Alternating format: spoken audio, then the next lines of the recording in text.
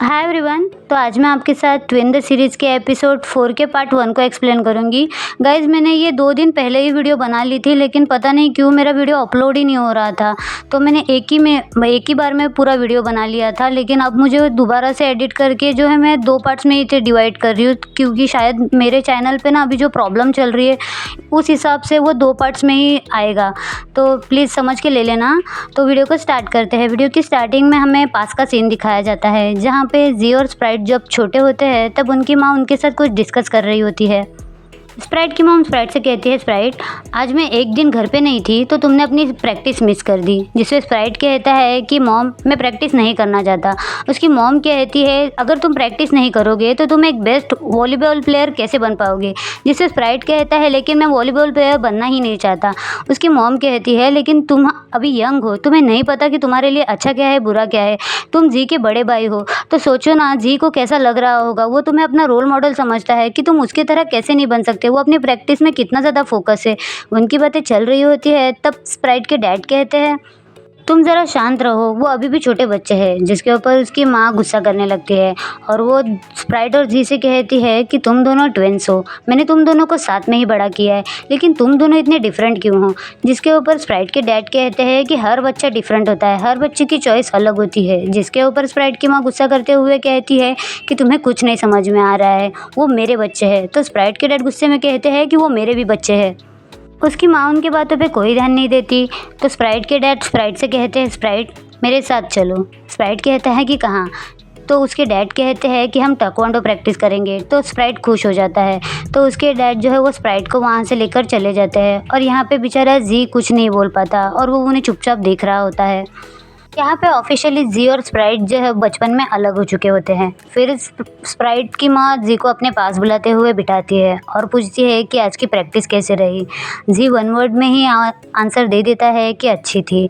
फिर उसकी माँ उसे कहती है कि देखो जी तुम बहुत अमेजिंग हो, लेकिन तुम्हें ये चीज़ याद रखनी चाहिए कि तुम मेरी आखिरी होप हो।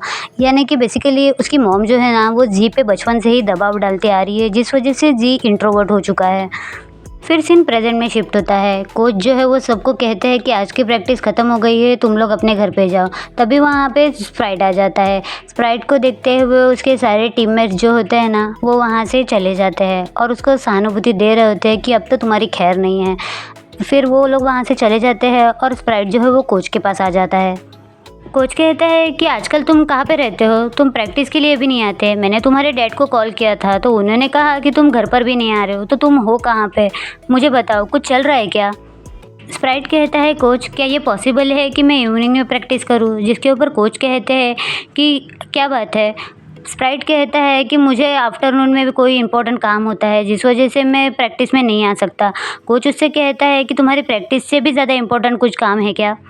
स्प्राइट कहता है कि हाँ कोच वो मेरे लिए बहुत इंपॉर्टेंट है। जिस पे ऊपर कोच कहते हैं कि मुझे तुम्हारे डैड से इस बारे में बात करनी पड़ेगी। स्प्राइट कहता है क्या ये पॉसिबल है।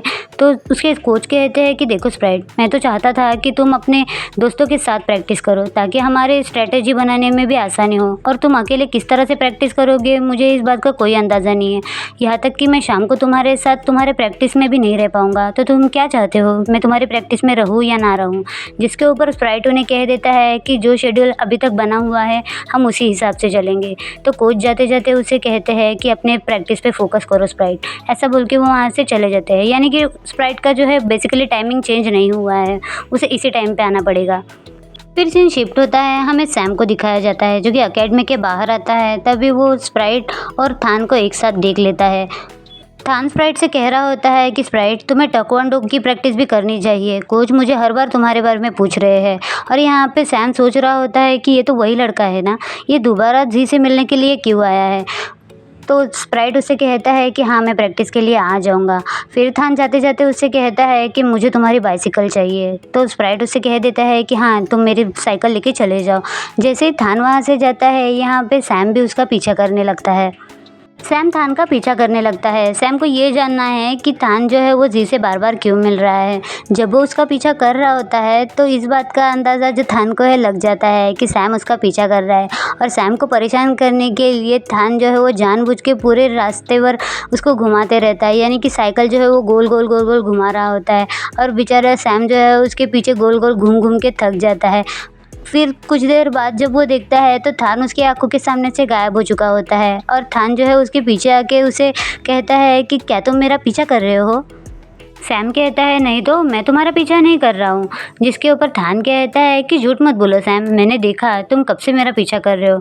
सैम उससे कहता है जब तुम्हें पता ही था कि मैं तुम्हारा पीछा कर रहा हूँ तो तुमने मुझे पहले क्यों नहीं बताया, तुमने मुझे पूरे रास्ते इतना घुमाया क्यों, तुम्हें पता है ये कितना थका देने वाला था। जिसके ऊपर थान उससे कहता है कि सैम टॉपिक चेंज मत करो, तुम मुझे बताओ कि तुम मुझे फॉलो क्यों कर रहे थे।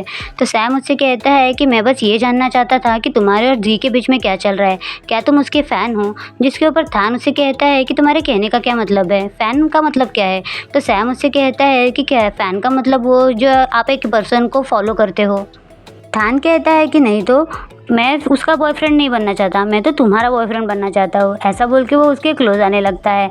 तो सैम उससे कहता है कि मुझसे दूर रहो, तुम ये क्या बात कर रहे हो। जिसके ऊपर थान उससे कहता है कि क्या तुम एम्बेरस फील कर रहे हो। तो सैम कहता है नहीं तो मैं एम्बेरस फील क्यों करूँगा, तो कंफ्यूज्ड हूँ। तो थान उससे कहता है कि तुम कंफ्यूज होने के बाद भी कितने ज़्यादा क्यूट लगते हो। तो सैम वहाँ से जाने लगता है। तो थान उसका हाथ पकड़ते हुए कहता है क्या मुझे तुम्हारी लाइन आईडी मिलेगी। तो सैम अपना हाथ उससे दूर हटा लेता है और कहता है कि नहीं, मैं अपनी लाइन आईडी तुम्हें नहीं दूंगा, ये बहुत ज़्यादा क्रेज़ी है। ऐसा बोल के वो वहाँ से जाने लगता है। जब वो आगे जाता है तो थान उससे कहता है कि सैम तुम अभी तो जा रहे हो, लेकिन नेक्स्ट टाइम जब तुम मुझे मिलोगे ना तो मैं तुम्हें जाने नहीं दूंगा।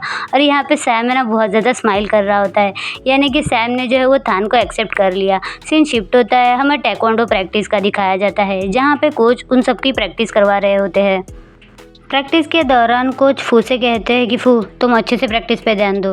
फू अग्री करता है। उसके बाद उनकी नज़र थान पे जाती है। वो थान से कहता है कि थान आज भी स्प्राइट मिसिंग है, वो कहाँ पे है, मैंने उसे याद दिलाया था कि हमें कंपटीशन करना है आज।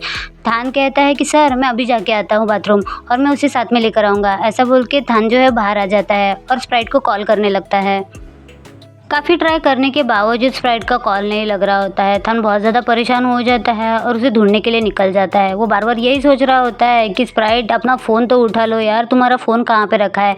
तभी वहाँ पे स्प्राइट भागते हुए आ जाता है। थान उससे कहता है कि स्प्राइट तुमने अपना फ़ोन कहाँ पे रखा है, पता है कोच तुम्हें कब से ढूंढ रहे हैं। स्प्राइट उससे कहता है अरे मैं यहाँ पे घाई घाई में आ गया ना, उसी चक्कर में तुम्हारा फ़ोन नहीं उठा रहा था, चलो चलो अब प्रैक्टिस के लिए चलते हैं। ऐसा बोल के वो दोनों जो है वो कोचिंग सेंटर के अंदर आ जाते हैं। जब वो लोग अंदर आते हैं तो कोच स्प्राइट को अजीब नज़रों से देखने लगते हैं, क्योंकि स्प्राइट जो है यहाँ पे शॉर्ट्स पहन के आया होता है और टॉकवांडो के लिए फुल पैंट लगती है। कोच उससे कहता है कि तुम ये क्या पहन के आए हो, जाके अभी अपने कपड़े चेंज करो। तो स्प्राइट वहाँ से भाग जाता है।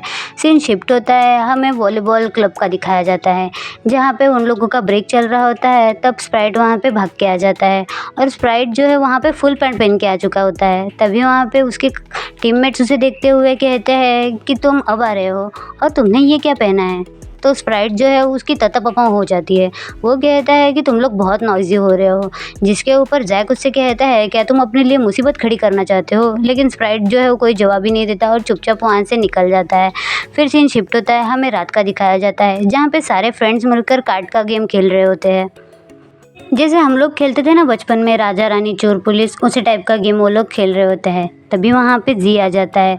जी उनके साथ बैठते हुए कहता है कि ये गेम इंटरेस्टिंग लग रहा है, तो क्या मैं भी तुम्हारे साथ खेलूँ। ऐसा बोल के वो वहाँ पे बैठ जाता है। लेकिन यहाँ पे जैक कहता है कि अरे मुझे तो बहुत नींद आ रही है, मैं वहाँ से जा रहा हूँ। ऐसा बोल के वो वहाँ से उठ जाता है। उसके पीछे पीछे माइक भी चला जाता है।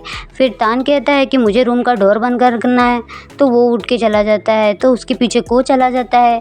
ऐसे करके एक एक करके जो थे सैम भी बोल देता है कि मुझे भी जाना है और वो भी चला जाता है। लास्ट में बच जाता है डिडियो। तो डिडियो कहता है कि मुझे सोने से पहले प्रे करना पड़ता है, तो मैं भी जा रहा हूँ। ऐसा बोल के सब लोग जो है वो स्प्राइट को वहाँ पे अकेला छोड़कर चले जाते हैं। स्प्राइट सोचता है कि इन लोगों को क्या हो गया है, ये लोग मुझसे इतनी नफरत क्यों करते हैं। फिर वो सोचने लगता है कि नहीं, ये लोग मुझसे थोड़ी नफरत करते हैं, ये लोग जी से नफरत करते हैं। और कहता है कि ये लोग कार्ड तो यहीं पे छोड़ करके चले गए, कोई बात नहीं, मैं अकेला ही खेल लूँगा। ऐसा बोल के वो अकेला कार्ड खेलने लगता है। फिर सीन शिफ्ट होता है। हमें डीडीओ के रूम का दिखाया जाता है जहाँ पे को नहाते हुए आता है और कहता है कि तुम्हें समझ में आ रहा है जी क्या करने की कोशिश कर रहा है, शायद वो हमारा दोस्त बनने की कोशिश कर रहा है, लेकिन मैं उसे अपना दोस्त बनने नहीं दूंगा। को उससे कहता है कि तुम ओवर थिंक मत करो, कभी कभी लोग चेंज हो जाते हैं। को उससे कहता है कि तुम ऐसा कैसे कर सकते हो, तुम्हें याद नहीं है कि वो हमारी कभी केयर नहीं करता, वो हमसे किस तरह से बर्ताव करता है। तो डीडीओ कहता है लेकिन अब वो बदल रहा है। को कहता है कि वो बदल रहा है इसीलिए तो मुझे उस पर ट्रस्ट नहीं है, मुझे नहीं समझ में आ रहा है कि वो क्या करने की कोशिश कर रहा है। जिसके ऊपर डीडीओ कहता है लोग अच्छे होते हैं इसीलिए उनसे गलतियां हो जाती है। जब उनसे गलतियां होती है और उन्हें रियलाइज़ हो जाता है कि उनसे कोई गलतियां हुई है तो वो उसे सुधारने की कोशिश करते हैं। तो इसका लंबा चौड़ा भाषण सुनते हुए को उससे कहता है कि हाँ पता है, तुम मुझे ये सब मत सुनाओ, मुझे पता है कि तुम एक अच्छे पंडित हो। तुम क्या चाहते हो, क्या मैं अभी मंदिर में जाके बैठ जाऊँ? जिसके ऊपर डीडीओ कहता है कि तुम प्रेयर करना स्टार्ट करो, मेडिटेशन करो, जिससे तुम्हारा दिमाग ठंडा हो जाएगा। तो को और भी ज़्यादा गुस्सा आने लगता है, तो डीडीओ कुछ नहीं बोलता और अपने काम में लग जाता है।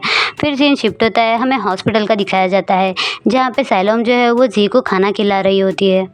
सैलोम पूछती है क्या मैं तुम्हें और खाना खिलाऊं? जिसके ऊपर वो कहता है कि नहीं, मेरा पेट फुल हो गया है। फिर वो उसे पानी पिलाती है और कहती है कि मुझे पता है कि तुम्हें हॉस्पिटल का खाना ज़्यादा पसंद नहीं है, तो तुम कुछ खाना चाहते हो, मैं तुम्हारे लिए लेते आऊँगी। जिसके ऊपर जी कहता है कि नहीं। फिर सैलोम कहती है तो क्या तुम टीवी देखना चाहते हो? तो उस पर भी जी कहता है कि नहीं। सैलोम कहती है जी, आंटी और स्प्राइट तुम्हारी हेल्प ही करना चाहते हैं, प्लीज़ तुम उन पे गुस्सा मत करो। जिसके ऊपर जी कहता है क्या तुम्हें सच में लगता है कि वो सब मेरे लिए कर रहे हैं?